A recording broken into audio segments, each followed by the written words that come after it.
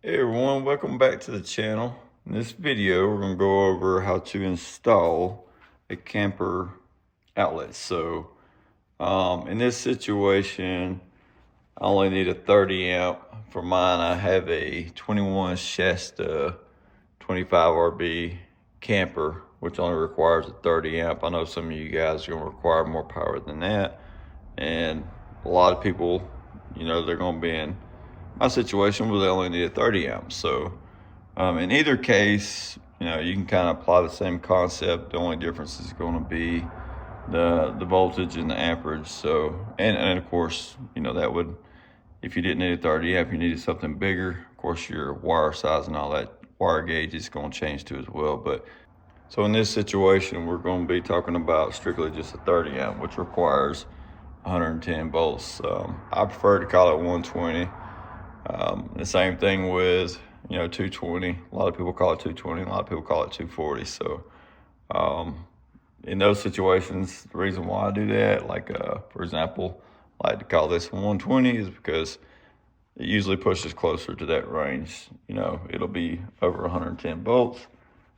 Just like a standard outlet, it's going to be typically over 110 volts and closer to the 120 side. For example, 117. So just ignore my terminology if you prefer, or at least you understand what I'm saying. If you prefer to say 110, you hear me saying 120, that sort of thing. Again, we're going to go ahead and jump into this. This is 30 amp, 120/110. Here you can see I've already done the work, so I'm just going to show you how to do it. You're not going to have to sit here and watch an hour video on how to do it and fast forward and that kind of thing. You can basically go to Home Depot, Lowe's, anything like that, and pick you up a little box like this. And they're pretty much, most of the time, always going to come with an outlet. Usually the ones that I find in these types of boxes, they're not that great. It's better to upgrade the outlet.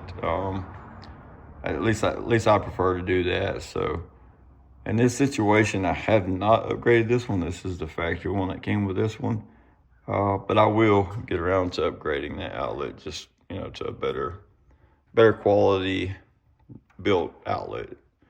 Right now, like I said, this is factory, but here you can also see, with any camper, it's crucial to have these little surge protectors.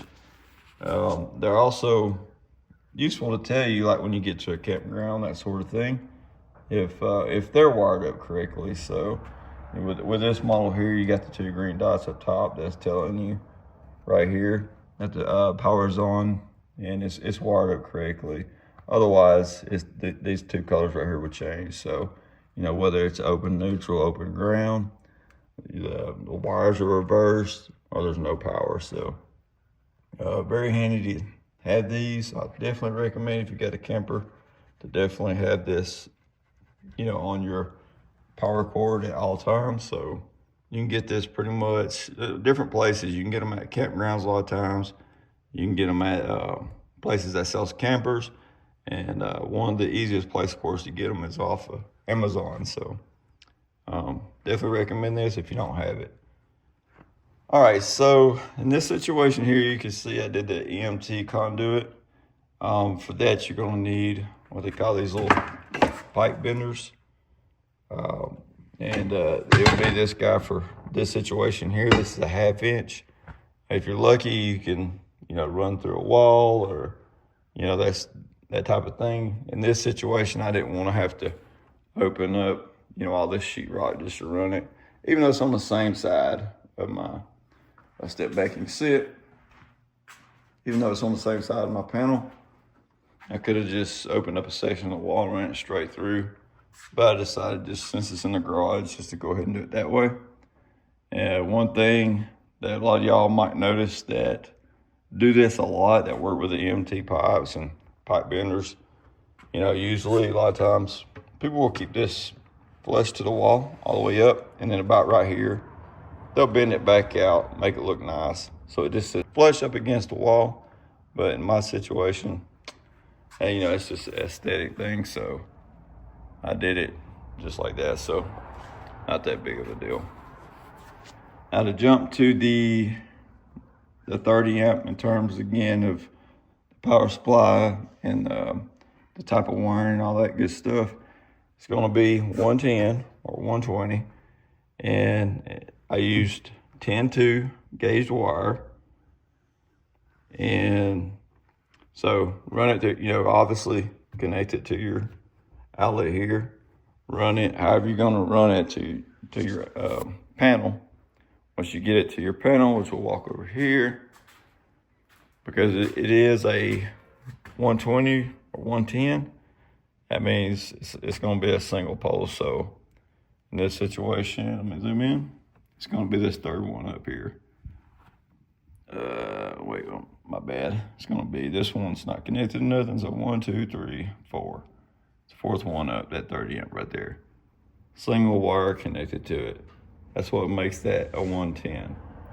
Now, anytime you have two wires connected to a breaker, like this, like these top two here, these are going to be 220s or 240s. And in that situation, those are usually used for like sump pumps and stoves and dryers and that sort of thing. Something that's going to require a lot more voltage. And in a lot of campers, some campers are going to require more voltage than a 110. So, but in this situation, again, this is just a 110 on a 30 amp. The way you do that, you run your hot wire to your breaker, which, in this situation, is the black wire.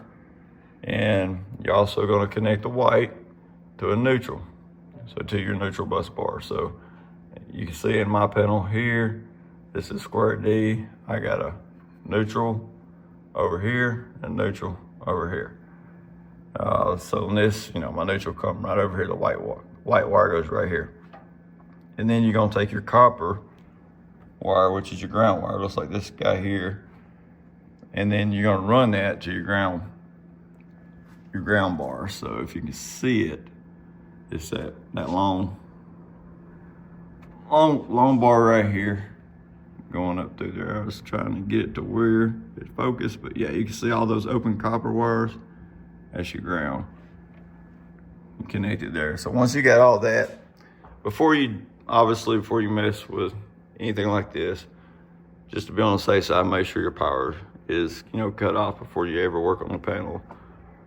Just keep yourself safe. But that's pretty much it. It's pretty simple, not that hard.